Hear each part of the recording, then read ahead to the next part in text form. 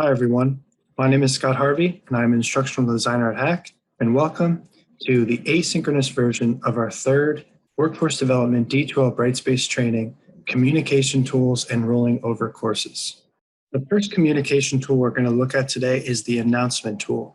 To make a course announcement, we're going to be on our course homepage, and we're going to find the announcements widget. You can see here that there are no announcements yet to display. So to create one, I'm going to click Create an Announcement. In this text box under Headline, I'm going to type out the headline for the announcement. The headline for your announcement should grab the user's attention. This headline is reminding them that they have a Module 2 quiz coming up this Friday, July 2nd. In the text box under Content, type out the message of the announcement. This example is a message to users reminding them that their Module 2 quiz will be due by 11 p.m. this Friday, July 2nd. I also tell them where to find the quiz and also let them know that they can email me with any questions. Scroll down to Availability and check the box next to Always Show Start Date. In the box under Start Date is where you can choose the date that this announcement will start appearing for users. In this box, you can pick the time, and underneath End Date, you can check this box if you'd like the announcement to be removed at a certain date. So since the due date is July 2nd, I can make the end date July 5th. This way, the announcement will be removed automatically. This option is up to you. You don't have to have an end date if you don't want. If the announcement is pertinent to users throughout the semester, then I would leave this box unchecked so that the announcement sticks around throughout the semester.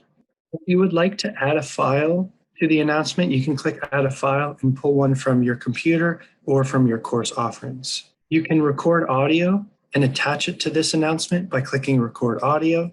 And this will allow you to record a little audio message for users, or you can record video by clicking Record Video. Again, all these are optional. This is if you want to attach more information to the announcement. Down here under Additional Release Conditions, you can choose to add existing release conditions or create and attach a release condition for this announcement. Release conditions allow you to restrict who can access course materials or complete activities based upon customized criteria. So if you want users to complete something before they see this announcement, you can always create and attach a release condition. I'm going to skip this step for now. I am ready to publish this announcement, so I'll click Publish. However, if you're not quite ready to publish yet, you can click Save as Draft and come back to this announcement later. But for now, I'm going to click Publish. And this is where all my announcements will be listed. Right now, I only have one. Let's see what it looks like through a user's perspective. This is how an announcement will look for the user upon logging into their D2L course. If they prefer, users can exit out of announcements to hide them. You'll see here that for this user, it says that there are no announcements to display. However, we know that there is a current announcement. This user just dismissed it. To view the active announcements, users can click this down arrow and click Go to Announcements tool. Here, they can see current announcements that they have dismissed. If users dismiss an announcement but need it back on their homepage, they can click the down arrow next to the specific announcement and click Restore. This will restore the announcement to their course homepage. To edit the contents of your announcement, go to the course homepage, click the down arrow next to the announcement, and click Edit. Here you can edit the headline and/or the content of the announcement. If you make a major edit to the announcement, you can check this box next to Major Edit. For example, let's say that this quiz was pushed back a week, and instead of July 2nd, the due date is now July 9th. Since this is a major edit, I'm going to check the box down here next to Major Edit. This way, D2L will send users a notification that there's a new announcement and will restore it for any user that may have dismissed the announcement. When you're finished updating your announcement, click Update. To delete an announcement, click the down arrow next to the announcement and click Delete. Click Yes, and the announcement will be deleted. Next communication tool we'll look at is D2L's Attendance tool. We'll click on Course Admin in the navbar, and under Learner Management, we'll click on Attendance. Click on the blue New Register button to create a new register. A register is a set of entries for one specific kind of activity. Give your register a name. This will be the specific activity in the course that you'll be tracking.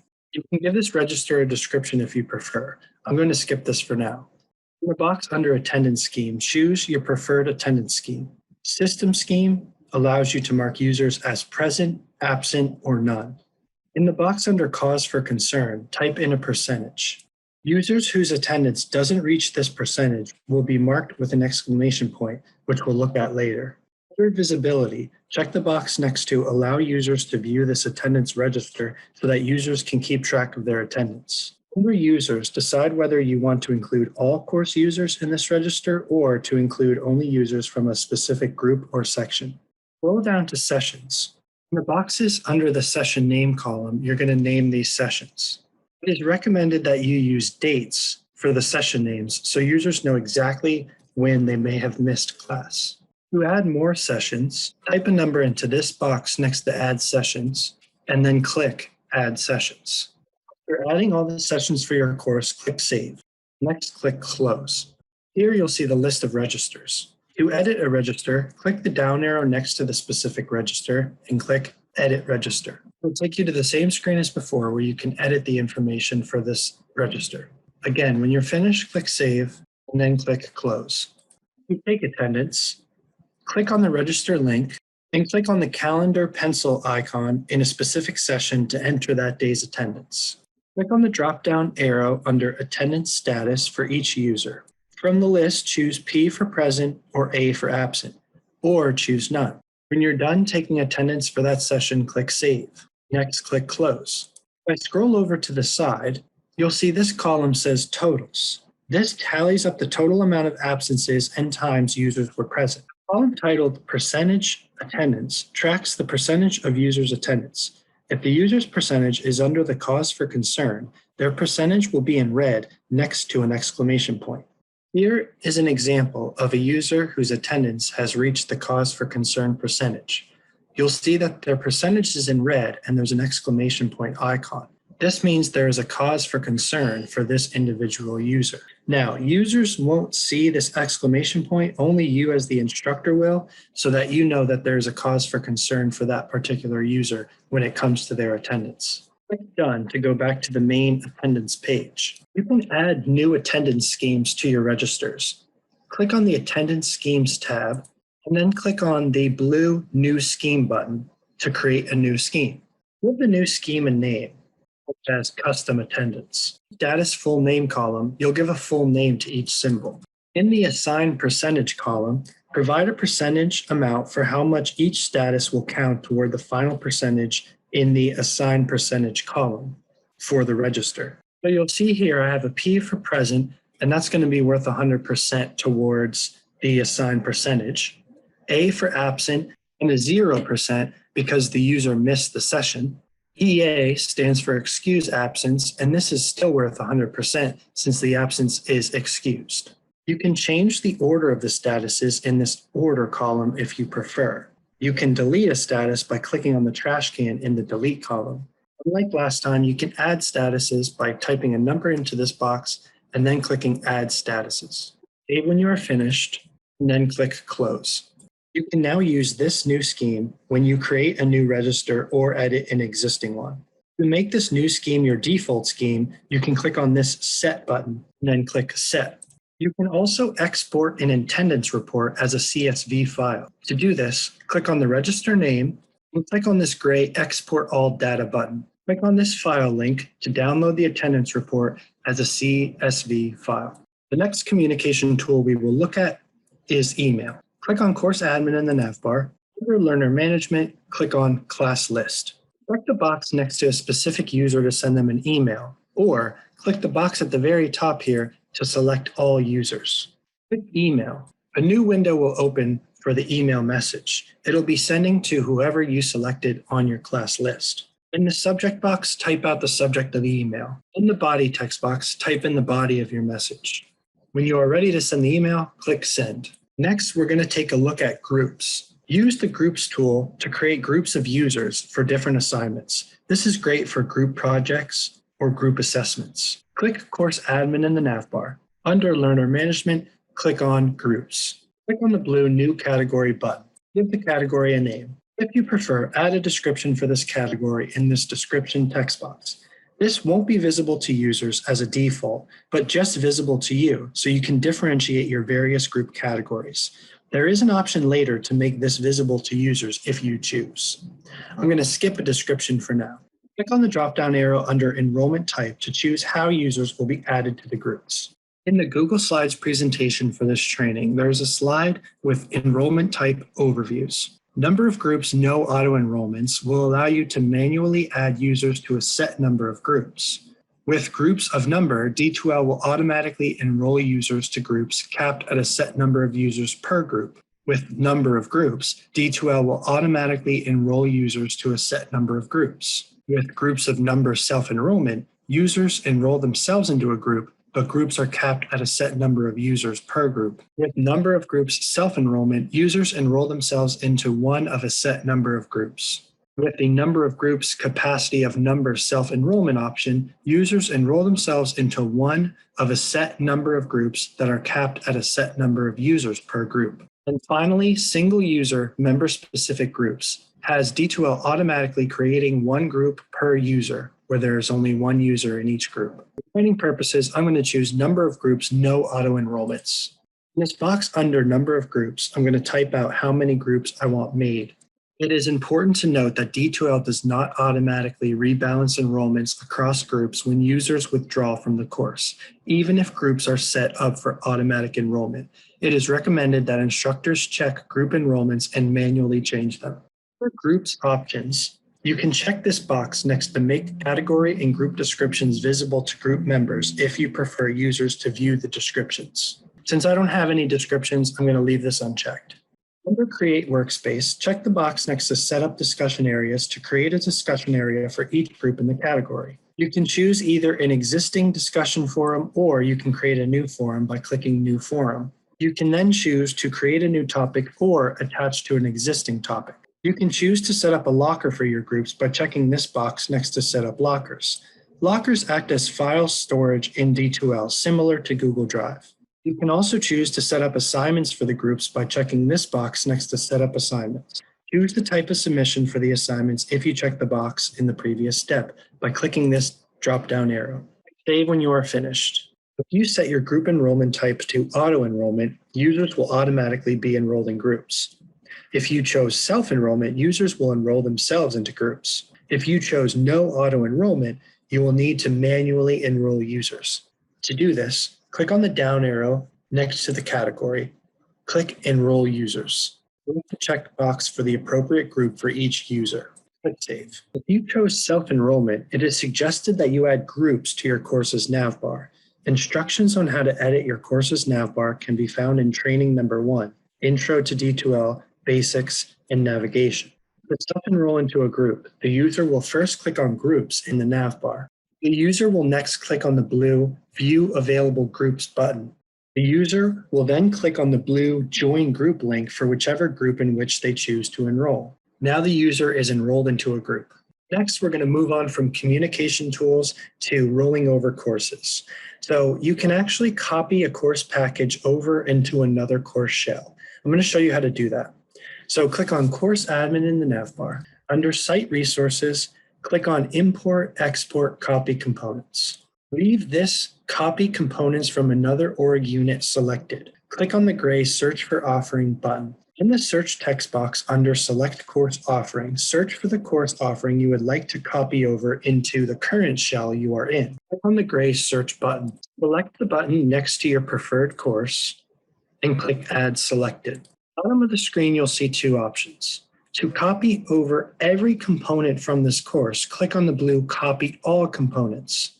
To choose only specific components of the course to copy over, click on this gray Select Components button. I'm going to show you how to copy all components first. So we'll click Copy All Components. You will see this progress bar as it's copying. When the course package is done copying over, you'll see this green check mark. Now you can go into your course and view and/or edit the copied over components. Click View Content, and you'll see that all the course components of that course are now copied over. From here, I can edit these as I need. Now let's take a look at selecting components to copy. Click Select Components. Next, choose specific categories you'd like to copy over. For example, if I want anything from content, I'll check the box next to content. To copy all content items over, I can leave this at Copy All Items. If I want to select individual content items, I'll click this Select Individual Items to copy. Go through the list of categories and decide what exactly you'd like to copy over and whether or not you'd like to copy all of those items or select individual items. When you're ready, click Continue. If you opted to select individual items from a category, on this next screen, you will check those individual items. Click on this little plus sign to expand the category. Now you can see for each category, I can check to either copy over the whole module, or I can click on individual items to copy over. When you're done selecting what you want, click Continue. Next, D2L gives you the option to offset the dates. To offset dates, check this box next to Offset all dates of copied components. With this first option, Offset by direction and range, choose the amount of days to move either forward or backward. So if the dates of the components I'm copying over are 100 dates behind, I'll click Forward, and under Range, I'll put 100. Under Hours, I can choose to offset by hours. If everything is being moved forward 100 days and 2 hours, I can put 2 in this box. Or I can choose Calculate Range between 2 dates. And in this box, I'll pick the date of the course components I'm copying over and enter the new date. Or you can leave this box unchecked and just manually change the dates yourself. Click Finish. Just like last time, wait for the components to finish copying. And just like last time, when it is finished copying, you'll see this green check mark. And just like last time, click View Content button, and then you'll see the new components that have been copied over. From here, you can edit these as you need. Let's take a look at importing a course package. So we're going to go into Course Admin, and we're going to go under Site Resources to Import, Export, Copy Components. This time, we're going to scroll down to the last option and choose Import Components. We'll click Start. Next, click on the gray Upload button to upload a zipped course package from your computer's files. Once you've selected a zipped course package, click Import All Components. When the course package is done importing, click on this blue View Content button to view and/or edit the contents of the course package that have been copied over. And lastly, let's take a look at exporting a course package. So again, we're in Course Admin, Import, Export, Copy Components. Now you'll see you have 3 options for exporting. You can choose to export this course package as a Brightspace package, common cartridge, or thin common cartridge. The Brightspace package is the standard export for Brightspace LMS, containing all the necessary resources you need to share your course with another Brightspace site. I'm going to choose Export as Brightspace package, and I'll click Start. And just like last time, you're going to select which categories you'd like to export, and choose whether you're exporting all the items in this category or selecting individual items to copy. To export. Click Continue. Once I choose the individual categories and items to export, I can click Continue. Check this box next to Include Course Files in the Export package to ensure that all files in your course are exported. Click Export. Click Done and wait to be notified by D2L when the course has been exported. When the export is complete, this bell icon next to your name will have an orange dot. Click on this icon and you'll see that the export is finished. Click on this Export Finished link and it'll take you to your export summary. Click on this blue Click Here to download the export zip package to download the zipped file to your computer. Click Save, and now you have this D2L Brightspace course exported as a zipped file that you can then import to other Brightspace LMSs.